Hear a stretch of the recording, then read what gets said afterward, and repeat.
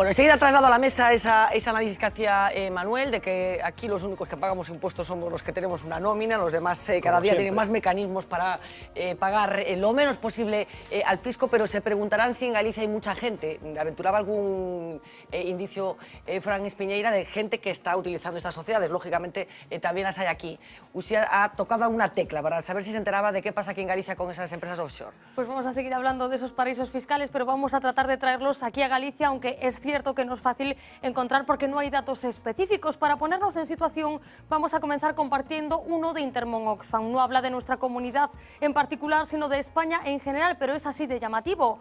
Cifran en 2.073 millones de euros la inversión de nuestro país en paraísos fiscales en el año 2014. ¿En dónde? Pues dicen que sobre todo en las Islas Caimán. Ese mismo informe calcula que el mundo en general tiene más de 7 billones de euros ocultos en esos territorios, lo equivalente al PIB de Reino Unido y de Alemania juntos. Ahora sí llegamos a Galicia y aquí el periodo más llamativo que encontramos en esa página del Ministerio de Economía es el que comprende los años de entre 2007 y 2014. 7 años en los que casi 170 millones de euros salieron de Galicia para alojarse en algún paraíso fiscal, como decimos, según esos datos de la propia página del Ministerio de Economía. ¿Cuáles son los destinos favoritos de los gallegos que encontramos ahí en este sentido? Pues La Palma se la lleva Panamá. Después encontramos la dependencia británica de las Islas Jersey y también Macao. La crisis fue el mayor detonante de esta fuga. En la lista de esos años también están Hong Kong y las Islas Caimán, otra vez, que atrajeron 5,7 millones de euros procedentes de la comunidad gallega. Y un último dato que queríamos compartir, y es que en 2013, por ejemplo, salieron de aquí, de Galicia, 547 millones de euros para invertir en el extranjero en general, sin contar paraísos fiscales. Pues bien, el 70% de ese dinero, 478 millones, se fueron a parar a Luxemburgo. Porque hay muchas cosas que hacer en Luxemburgo, muchas cosas en las que... Un grupo empresarial que está moviendo muchos negocios para Galicia a través de ese... entre otros, por ejemplo, en Luxemburgo está domiciliado Gerard López, creo que era el apellido, el empresario de Lugo que se dedica al mundo de la ingeniería de la Fórmula 1 y estas cosas, por ejemplo, entre otras cuestiones, ¿no? Como consecuencia de la política fiscal que hay allí.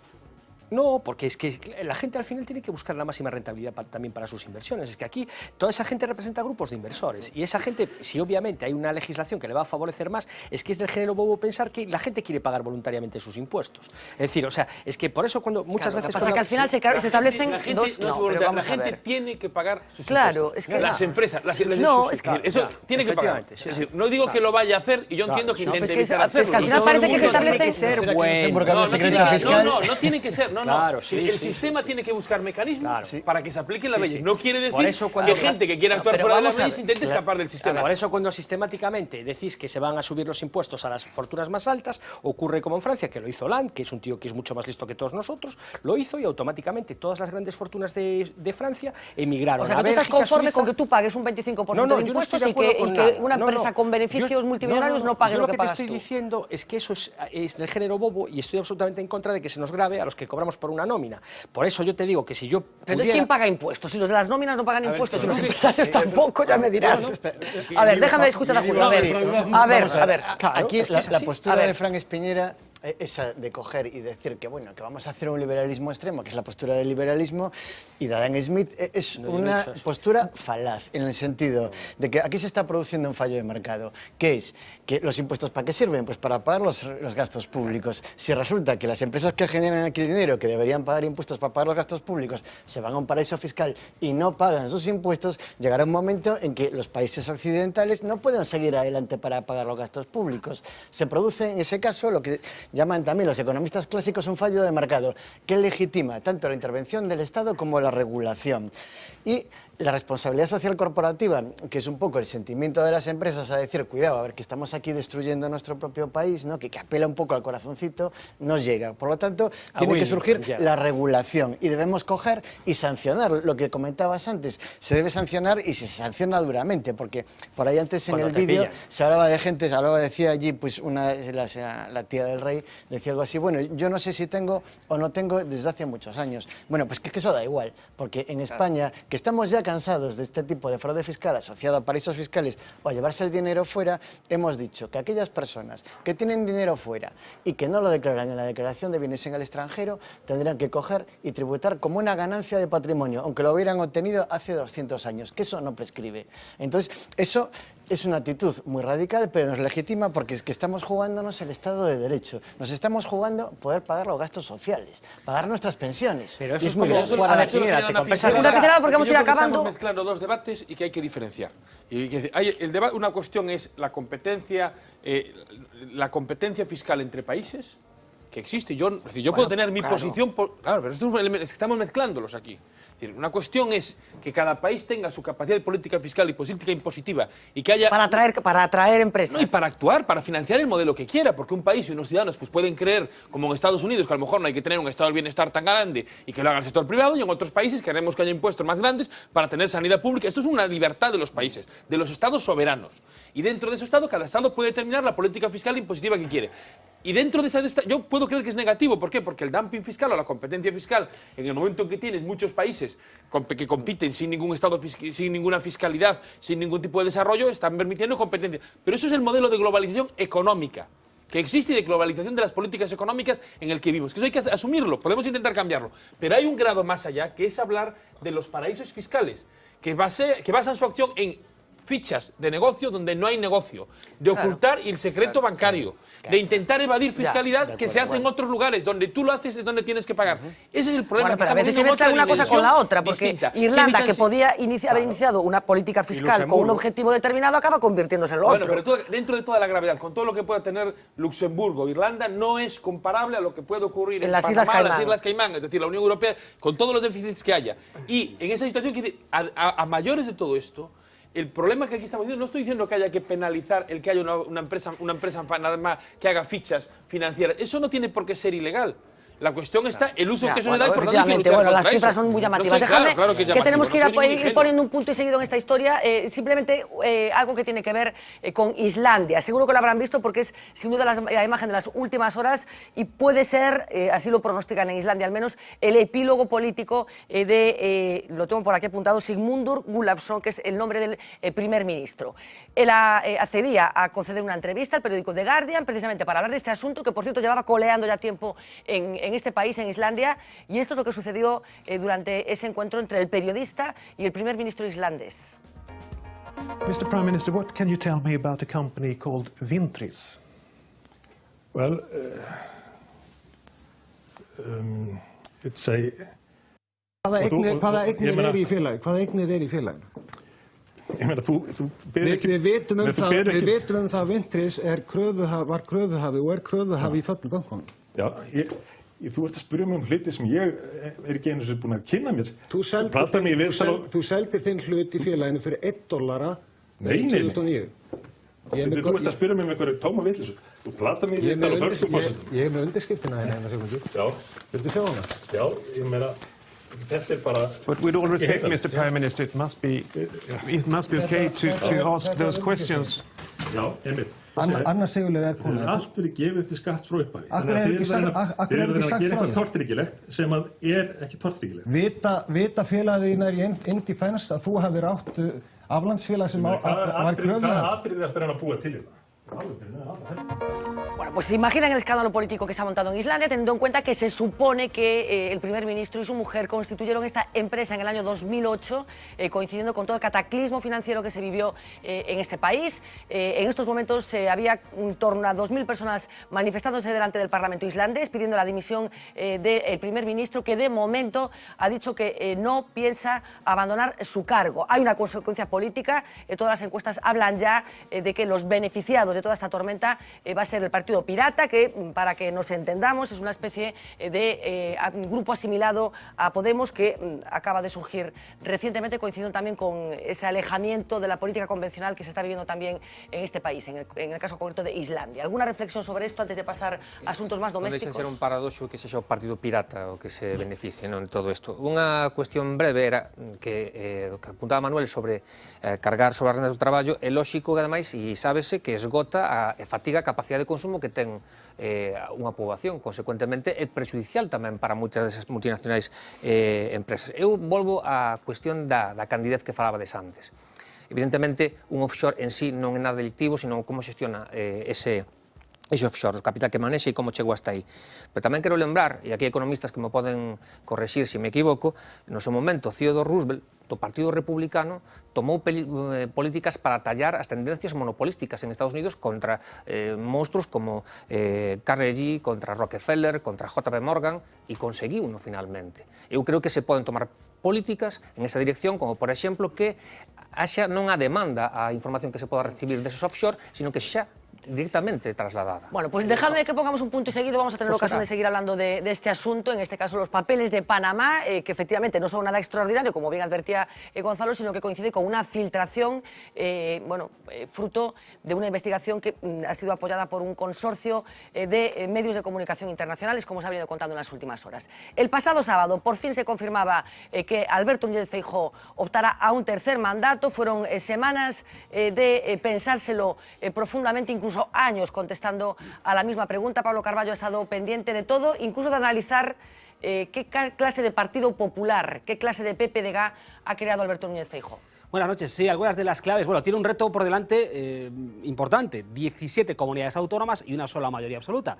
La suya, revalidarla, es el reto de Núñez Feijóo. Feijóo que, bueno, llegaba a la presidencia de esas elecciones anticipadas por Touriño en marzo del 2009. Arrebataba un diputado al bloque nacionalista galego y contra pronóstico se convertía en presidente de la Xunta. Lo apuntaba Fernanda, heredaba el Partido Popular de Manuel Fraga. Pero ¿qué PP heredó Feijóo de Fraga? Bueno, pues un PP con claro poder territorial, con baronías fuertes, ancladas en las diferentes provincias. Barreiro, el presidente entonces del PP en Lugo, Cacharro Pardo desde el 83 lo era en la Diputación, Negreira en A Coruña, Louzán presidía el Partido Popular desde el 2000 en Pontevedra, antes Cuña, también la Diputación, y en Ourense, José Luis Baltar, presidente de la Diputación y del Partido Popular ourensano.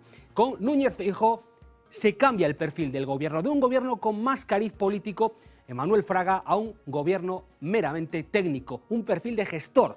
Es el que busca Feijóo en su primer gabinete, este que tenemos aquí. 10 caras, lo reduce de 13 a 10, luego bajaría a 8 y recuperaría los 10 hace solamente unos meses. Perfil técnico en el gobierno, adelanta las elecciones al año 2012 y revalida la mayoría. Pierde 120.000 votos Feijóo, pero logra 3 escaños más, 3 diputados más, los 41 que actualmente tiene en el Parlamento de Galicia. En esta segunda legislatura se ha enfrentado a varias complicaciones. Una de ellas, la publicación, marzo del 2013, por parte de un diario de Madrid, de las fotografías junto al narco Marcial Dorado, entonces en prisión.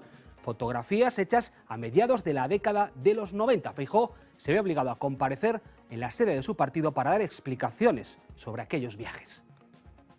Por aquella época yo debía tener entre 32 a 34 años. Creo que no fui a Andorra, no lo sé, creo que no, porque hablé con las personas que conocían aquella época y me dijeron que no. Yo recuerdo que había nieve, parece ser que eran los picos de Europa.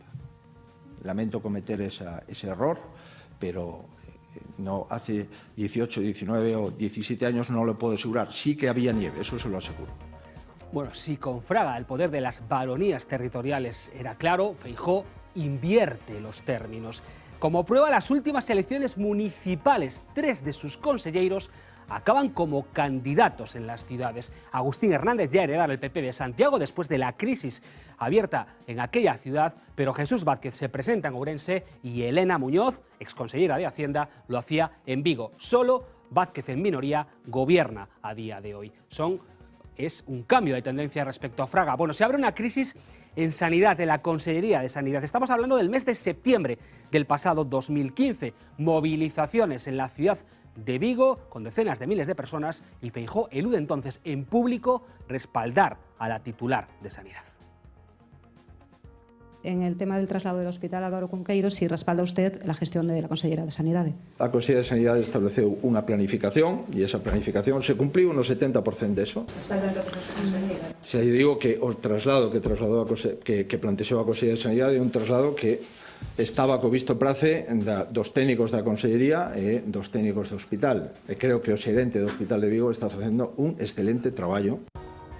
sería el tercer consejero de Sanidad en la era Feijóo. La acaba cesando el 4 de octubre. Aprovecha para remodelar su ejecutivo, como Almuña al frente de Sanidad, pero incluyendo también dos caras nuevas. Rei Varela, exalcalde de Ferrol, y Ángeles Vázquez, es el actual gobierno de la Xunta. Después de su reforma del gabinete, vamos a dar un repaso a lo que ha sido en los últimos meses, porque el Partido Popular ha cambiado de caras en 3 de las 4 provincias. Elena Candia es ahora la presidenta del PP de Lugo, Diego Calvo lo es en A Coruña, Alfonso Rueda, su mano derecha y número 2, lo es en Pontevedra, y José Manuel Baltar, desde el 2010 lo es en Ourense, ha revalidado el intento por poner a Jiménez Morán entonces por parte de Feijóo, persona afín, fracasó, como digo, en el año 2010. Pero de las caras que se encontró el presidente hace 7 años, no queda ninguna al frente de las baronías provinciales, la más próxima, por aquello de ser hereditario, José Manuel Baltar.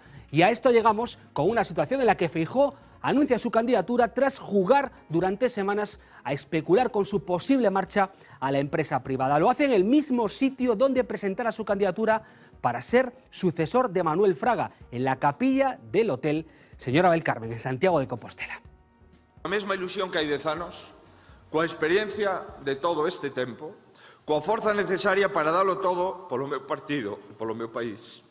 Porque creo o noso proxecto, creo que o noso proxecto é o que máis convén a Galicia, e porque creo que Galicia está por riba de todo.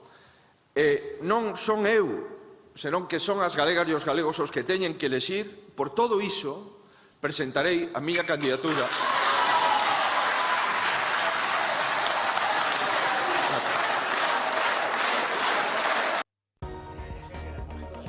Anunciaba en público, como digo, en la capilla del hotel. Bueno, ese momento en el que efectivamente, además del fondo de lo que dijo, ya en las últimas horas se sabía, La Voz de Galicia, de hecho, el sábado ya publicaba que iba a confirmar que se volvía a presentar, más que lo que dijo, lo que ha sido muy analizado es cómo lo dijo, esa emoción en la que casi de forma permanente se instaló desde que empezó a hablar. Vamos a ver algunas de las reacciones, también escucharemos en el Off the Record detalles de esas emociones, pero la primera pregunta que os traslado, Gonzalo, ¿por qué crees que se vuelve a presentar Feijóo? Yo lo hemos hablado, yo nunca tuve ninguna duda de que Feijóo se iba a presentar. Y creo que todo eso era, bueno, hay que buscar coyunturas y demás, pero las fuerzas, es decir, la línea de acción de Feijóo no tuvo ninguna ocasión clave para dar un salto a la política nacional, contra todo lo que se ha dicho, incluso con las conversaciones que se han transmitido y demás, la coyuntura política del Partido Popular no le permitía hacer esa operación, y él, yo creo que es un animal político, no creo contra todo lo que dice, incluso de la empresa privada y demás, todo eso 15 días antes de que ya te hayas decidido que te vas a presentar, que estés barajando, es jugar a enredar. Y yo creo que se ha caído también en la opinión pública, incluso en los representantes de los partidos políticos y en los medios de comunicación, en seguir creando todo ese bulo de confusión durante 2 años, 1 año y pico de gestión, pero creo que el Partido Popular va a jugarse mucho en Galicia. Claro, eso es lo que te quería preguntar. Se ha especulado con que Feijóo, el Partido Popular, está en disposición de poder perder la mayoría absoluta. La única posibilidad que tenía el PPDG de que esta circunstancia no se produjera era con Feijóo, porque es una de las cosas que se han dicho para explicar su decisión de continuar. Bueno, yo creo que lo que han aplicado es la máxima esta de que en momentos de crisis pues no hacer mudanza, ¿no? Yo creo que la han aplicado con la idea de que cualquier cambio les podía tener más riesgos y eso lo sabía toda la organización. Os escucho a los demás, pero vamos a quedarnos porque después de esa intervención delante de los militantes del Partido Popular de Galicia, Feijóo abandonaba el hotel y nuestra compañera Marta Clavero le hacía las únicas 3 preguntas a las que contestó después de ese acto. Y escuchen lo que le dijo. ¿Ha presionado mucho durante el discurso? Sí, no pude evitarlo, pero pido disculpas por ello. ¿Cuánto tiempo ha tardado en tomar esta decisión? Pues algunos meses. No es fácil, creo que estamos en un momento político en el que no hay muchas buenas noticias y sobre todo hay una actitud que no comparto. Creo que la política no es esto y el planteamiento y la reflexión de si merece o no merece la pena dedicarse a esta política es algo que me ha llevado a pensarlo, pero creo que el resultado es justamente lo contrario. Como esta política no es la que los españoles quieren que sea y como la alternativa en Galicia, en mi opinión, no es la alternativa que los gallegos se merecen, yo no tengo más criterio que, si soy útil, ponerme a disposición de los gallegos. ¿En algún momento lo dudó? ¿Lo dudó en algún momento? Si tuve que reflexionarlo es que en algún momento no lo tenía tan claro. pues él dice que no lo tuvo tan claro, que no siempre creyó que iba a optar a un tercer mandato. De hecho, lo que él ha venido diciendo en los últimos años es que solo iban a ser dos, las circunstancias cambiaron. Yo creo que él pudo en algún momento no saber qué iba a ser, pero él lo iba a ser. Por encima de su libertad individual o de sus dudas, las fuerzas estructurales lo llevaban a que él iba a ser, no tenía más, aunque él creyese que estaba dudando. Jesús, voy a pensar en esto que acabas de decir. Eu creo que Feijóo é o maior candidato do Partido Popular por un motivo, porque os demais son bastante peores que él. Quero decir, a pensar que ele sería en alternativa a Feijóo como candidatos en Galicia, pues dá un pouco de medo, ¿no? Eu creo que aquí hai varias pezas que se saben, ¿no? Unha, que Feijóo non tiña intención de continuar na política galega. Eso é algo evidente, que todo o mundo sabe, ¿no? Por que sigue se a súa vontade era non seguir? Eu creo que hai dous elementos. Un, que non atopou a pista de aterraxe en Madrid, non atopou o momento e a situación para facer ese desplazamento que el quería facer. E segundo, porque ele é consciente de que sin el de candidato o Partido Popular saltaba ao campo derrotado. Con ele é posible que teña unha derrota tamén, non? Pero, dende logo, é o mellor xogador dese equipo e tengan algunha oportunidade de xogar o partido. Sin el, en fin, Julio Garcés, ¿cómo se ve esto desde el Ayuntamiento de Madrid, de donde eres concejal? Efectivamente. Bueno, lo primero que veo es que, a pesar de que haya dicho que coger el cargo con ilusión, pues ya la propia mímica que tenía, mucha ilusión no podía tener. Y además esto es como cuando se elige una novia y se elige, bueno, estuve dudando mucho y al final, pues sí, ¿no? Esas cosas no son así, ¿no? Lo que subyace de fondo realmente, pues aquí, pues esa gran duda es de que había otro, indudablemente, pues había, pues hay una alternativa, y pues una alternativa que también le gustaba, indudablemente, y que la propia coyuntura, pues de esa alternativa no hizo que se cogiera y sucediera, pues no se consiguió ir a Madrid porque el Partido Popular no lo permitía. Pero luego, por otra parte, se va incumpliendo pues una de sus premisas, diciendo que 2 legislaturas, siempre lo había dicho, son suficientes, y viene efectivamente por la falta de un candidato solvente. No olvidemos que el Partido Popular pues ha perdido muchas alcaldías y ha perdido la mayoría absoluta de ayuntamientos importantes como el de Madrid. No sé si desde el PSOE se puede hablar de falta de candidato solvente, teniendo en cuenta lo que está pasando en el PSDG. Bueno, precisamente por eso se puede hablar con más propiedad. Todo este proceso de duda, todo este remolino, esta tormenta de verano que has hecho sobre la duda, le legitima a él saltarse su compromiso de estar 2 legislaturas. Es decir, ha llegado al límite, tenía dudas, es decir, toda esta puesta en escena parece que le exime del incumplimiento que hizo cuando fue elegido. Xoán? Primeiro, creo que hubo unha certa actitude impostada na xeración de toda esta incertidume, porque agora mesmo ofertase tamén como a salvador tanto para o Partido Popular como para o país, non? Isto é, alimentou a idea de que vai pasar, que vai suceder, e agora el aparece ante o Partido Popular de Galicia e ante a cidadanía galega como unha garantía e como un salvador. Segundo, el xogou coa idea de que 2 mandatos eran suficientes. El nunca dixo, curioso moito en saúde, en decir que el só se ia presentar 2 veces. E, de feito, agora vai a empatar con Fraga como número de candidaturas e só vai ser superado por Manuel Beiras como candidato á presidencia da Xunta. Ábrese a oportunidade de derrotalo, certamente, pero tamén é verdade que os demais estamos a velas vir. E consecuencia deso é que, efectivamente, el xoga como valor de garantía, non? E logo, efectivamente, eu creo que vai dar o salto a Madrid, que isto tamén encaixa dentro da supervisión de salto a Madrid. Sempre e cando gañe por maioría absoluta, este xa definitivamente amortizado Rajoy, que será amortizado incluso nunhas eventuais repeticións de eleccións e logo xa se pode renovar o Partido Popular co único presidente de goberno autonómico que tería eventualmente unha maioría absoluta. Crees que en ningún caso isto pecha a carreira política de Feijóo cara a Madrid? Non, é máis, eu xa digo agora que se el gañase eventualmente as eleccións, algo que non espero, con maioría absoluta, se dá o salto ao ano ou os 2 anos de ser nomeado presidente, creo que sería unha fraude para o conxunto do electorado. E digo agora que ainda queda tempo, está mal, haga lo que haga. Si se presenta porque se presenta, si no se presenta porque no se presenta, si se va porque se va, si no se va porque no se va, ¿no? Yo creo que eso es lo que da la altura del potencial que tiene como candidato. Yo, que he vivido los vaivenes del último año de una forma más o menos cercana, yo sí estoy seguro que ha dudado hasta el último minuto. Es más, o sea, yo todavía no he conseguido saber qué es lo que ha pasado en las 3 últimas semanas para que se haya producido este giro. Para mí hay un factor determinante, que es en el vídeo que acabas de poner, yo creo que bien traído, es ese aplauso que en el momento que dice me voy a presentar, no acaba de decir, o sea, dice me voy ya, y ya se levanta todo el mundo y se oye, y empieza todo el mundo a aplaudir. No sé si os habéis fijado, pero a mí me parece que eso o sea, dentro del propio partido sí hay esa sensación. Yo coincido con lo que decía Manuel antes. ¿Crees que eso fue natural? Yo estoy convencido, yo el viernes por la noche ya había pocas dudas, pero el jueves y el miércoles que había muchas más dudas, yo te digo que lo que todo el mundo decía es ojalá se presente. O sea, yo con la gente que ha hablado del Partido Popular, ¿no? Y es obvio que es una mala noticia para el resto de los partidos de la oposición, porque efectivamente, como tú también acabas de decir, están todos como están. Déjame, porque ha habido reacciones, lógicamente. Solo quería decir un matiz, que aún así, o sea, si ese fuera el escenario, si él quisiera abusar, hubiera disuelto las Cortes hoy, Sí, el Parlamento gallego hoy, y hubiera convocado las elecciones para el 20 de mayo, 24 de mayo creo que sería, y cogería a todo el mundo con el que cambiado, porque hay que recordar cómo está todo. Bueno, ha habido reacciones no solamente dentro de las filas del PPDG, sino también en la de los partidos que van a competir con la formación conservadora en las próximas elecciones, y lo que está destilando el discurso de Feijóo, incluida esa entrevista que le hacía mi compañero Manuel Cheda el fin de semana, es que en principio no hay ningún indicador que invite a pensar que las elecciones en Galicia se van a adelantar. Escuchamos las reacciones, decía, que se producía en todos los partidos, incluido, por cierto, el propio PP.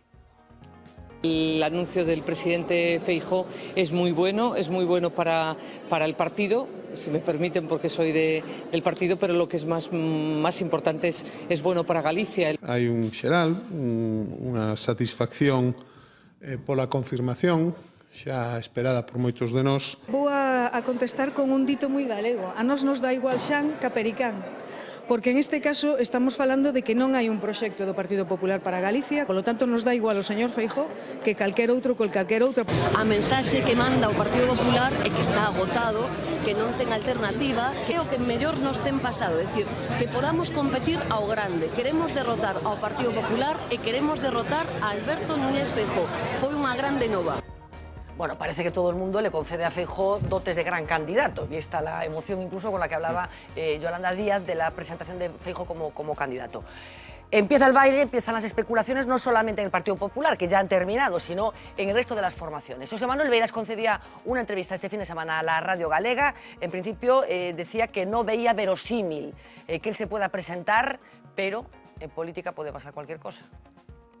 Non me parece verosímil que eu poda ser candidato. Eu teño unha idade que teño unhas capacidades físicas xa. Se eu aceptase ser candidato e non estou en condicións de facer frente ao que significaría na hipótese de sair elexido, pois asumir un traballo como que de presidir un goberno galego, podería cometer unha certa irresponsabilidade cos electores, porque non podría garantir aos electores que vou cumprir o compromiso adquirido.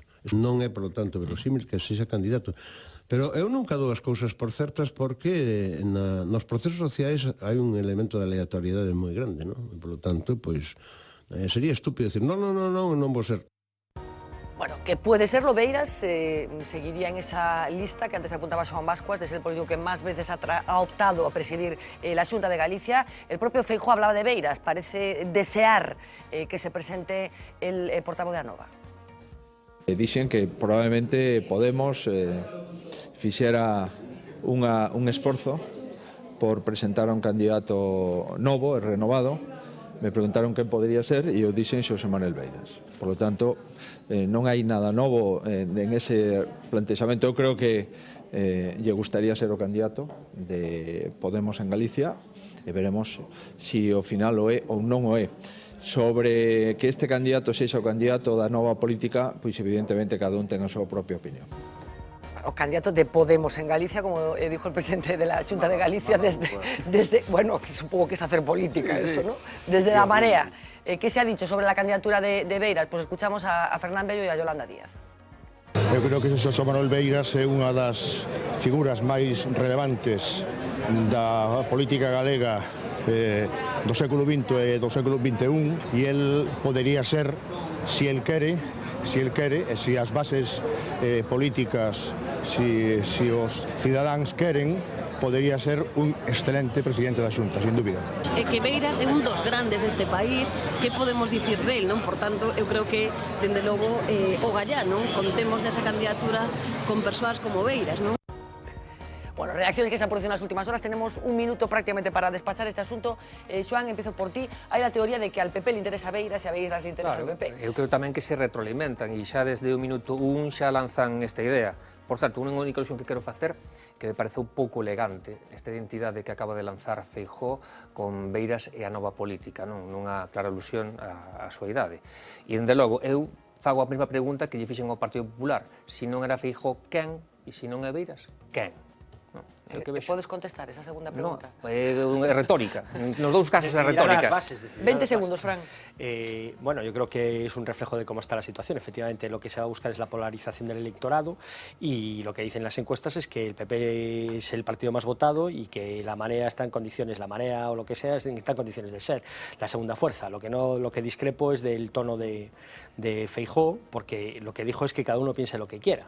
Pero lanzou a idea, igual que o de non me vou presentar dúas veces, lanzou a idea. Julio Ramsés, ¿cómo ves tú este duelo entre Feijóo y Beiras? Bueno, vamos a ver aquí lo que está haciendo Feijóo, es tratando de arrimar las cubas a su sardina, en el sentido de que Beiras es una persona que ha partido de todas las elecciones casi prácticamente en que ha participado y lo considera un enemigo menos temible que otros. Por lo tanto, está arteramente cogiendo y tratando de decir que sea este señor. Bueno, hay quien dice también que moviliza al electorado del Partido Popular y que en ese sentido le puede interesar tamén al PP. Sí, pero Manuel. a idea, a pregunta que fai Vascos, efectivamente, o PP o resolveu. Como non podía ser outro, o candidato de Feijóo. En Marea ou como se esa confluencia, se non é quen de resolver quen, se non Beiras, pois a resposta será Beiras. E a min, personalmente, pareceríame un candidato estupendo, non? Eu creo que esa confrontación entre Beiras e Feijóo sería moi interesante e deixaría, dende logo, ao Partido Socialista e ao BNG como espectadores dunha... No quiero enlazar una cosa con la otra, pero creo que está a punto de cumplir 80 años. Si no me equivoco, creo que ahora está a punto de cumplir en estos días, o día 7, ¿ves? Yo creo que, en primer lugar, en este fin de semana, Feijóo ha conseguido hacer lo que él quería hacer, que es saltarse un compromiso que estableció diciendo que 2 legislaturas eran suficientes y que lo había pactado. Yo no digo que él desde el principio siempre quisiese saltarse, pero vuelvo a repetir lo mismo.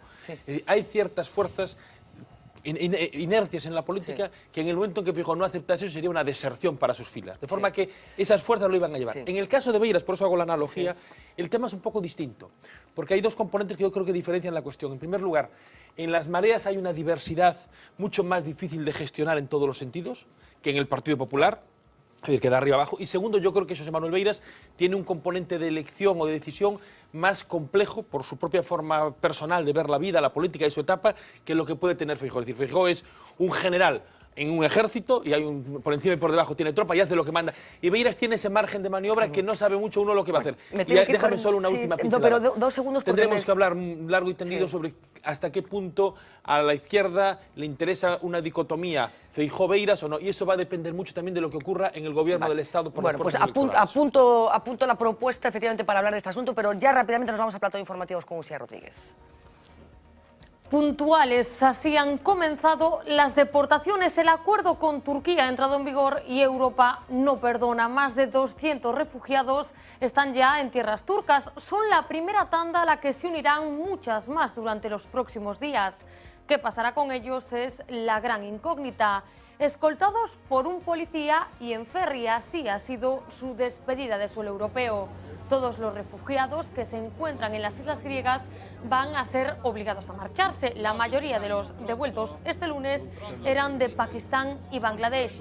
Al mismo tiempo, 16 sirios fueron trasladados legalmente a Alemania desde ese mismo lugar, desde Turquía, mientras a las islas griegas siguen llegando refugiados.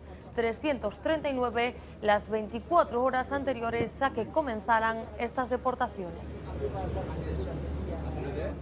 Hacer visible, lejos de rumores y estereotipos, una religión reconocida desde 2007 que en Cataluña cuenta con unos 4.500 fieles. Así, literalmente, es como el Ayuntamiento de Barcelona promociona de manera oficial visitas culturales a una institución siempre rodeada de polémica, la Iglesia de la Cienciología. No poca sorpresa ha generado esta curiosa oferta que nos encontramos en la web del Consistorio catalán y que ya ha desatado las críticas. Muchas apuntan de manera directa hacia Ada Colau, aunque hay que decir que esta vez ella no es la responsable, al menos no la única, y es que esta propuesta nació ya cuando era regidor el socialista Jordi Hereu. Con un velo cubriéndose el pelo, pantalón y chaqueta de manga larga. Así es como Air France pretendía que se vistieran sus azafatas en su nuevo vuelo París-Teherán. Si las trabajadoras se negasen, serían sancionadas tanto a nivel de salario como en su expediente profesional. Imagínense la reacción de ellas, de las azafatas, que han hecho ceder a Air France. Sigue siendo obligatoria la indumentaria para ese enlace, que se estrenará el 17 de abril, pero las azafatas pueden negarse a volar a Irán. Hay muchas cosas que no dejan de sorprendernos de la cultura japonesa por diferente con respecto a lo habitual en Occidente, desde su forma de hacer huelgas hasta su manera de comunicar complicadas decisiones empresariales. Una compañía de helados ha publicado este vídeo en YouTube que se ha convertido ya en todo un fenómeno social. Tras 25 años vendiendo sus helados a 60 yenes, unos 47 céntimos, la empresa se ha visto obligada a subir el precio de su producto estrella, que pasará ahora a costar 70 yenes, unos 55 céntimos. Para anunciarlo han reunido a sus principales directivos, con su presidente al frente, para pedir perdón a los clientes. Perdón, claro, a la japonesa, con reverencia incluida.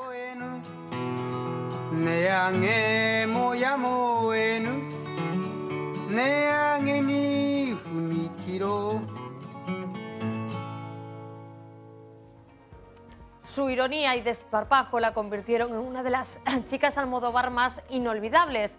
Chus Lampreave nunca fue protagonista, es cierto, sin embargo, supo exprimir al máximo sus minutos ante la pantalla. Claro, déjalo, mujer. Inocente, inocente dice, y estaban sobándose, pegados como lapas, pegados por la lujuria. Yo con usted no hablo, ya lo sabe.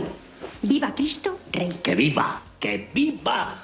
No sé cómo reciben en esta casa a un cura que es la vergüenza de la iglesia. Que ya lo dijo Confucio. El amor y el hambre mueven el mundo. No me chilles, que se me sube el azúcar. Es muy triste cómo están los más a media en este país. No, en Madrid hace un frío que ni los lagartos. Si tu padre levantara la cabeza... ¡Leo!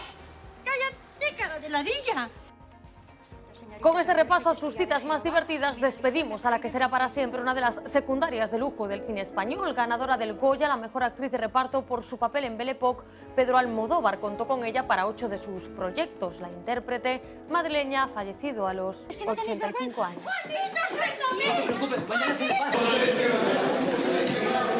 Al principio lo llevaban al amor y el hambre. Y de Adiós en Adiós, todos lo conocían como la voz rasgada de la movida madrileña. Desde luego, los 80 no serían lo mismo sin él, sin Manolo Tena. Sangre española o Tocar madera forman parte de la historia de nuestra música. Su look de chulo de barrio y sus estribillos certeros, propios de un lector voraz de poesía, hicieron del cantautor uno de los mitos y supervivientes de la movida. La maldita vida, como escribió en una de sus canciones, ha querido escribir aquí su punto y final, justo cuando empezaba a lucir su recuperación, a dejar en el pasado su pozo de adicciones y a reconciliarse con su talento. Ha fallecido a los 64 años a consecuencia de un cáncer. No está la libertad. Pues un día de adiós es también el de este lunes. Bueno, pues efectivamente, día de adiós. Nos vamos a despedir nosotros también, pero lo vamos a hacer como siempre con el Off the Record. Ya les anunciaba que Eloy Balado ha analizado la emoción de Feijóo. And now we come to the thrilling final episode of our radio drama. Off the Record. Queremos empezar esta humilde sección lanzando una advertencia que en última instancia podría salvarles la vida. Si algún miembro del PP de Galicia les invita algún día a ver en su casa los puentes de Madison o el diario de Noah, lleven chalecos salvavidas y flotador, porque últimamente sus glándulas lacrimógenas están descontroladas. No máis ilusionante. Y podrían acabar ahogados o algo peor. A política tamén trae sensabores. De hecho, creemos que tanta emoción Bueno. Y la verdad que yo estoy muy emocionada. y tanta lágrima Non podo evitar acordarme do abrazo que dei ao meu pai. fue la que acabó por inundar la sala de fusibles y mandó por el retrete toda la puesta en escena. É difícil, pero non é imposible. Porque 2 veces, por cierto.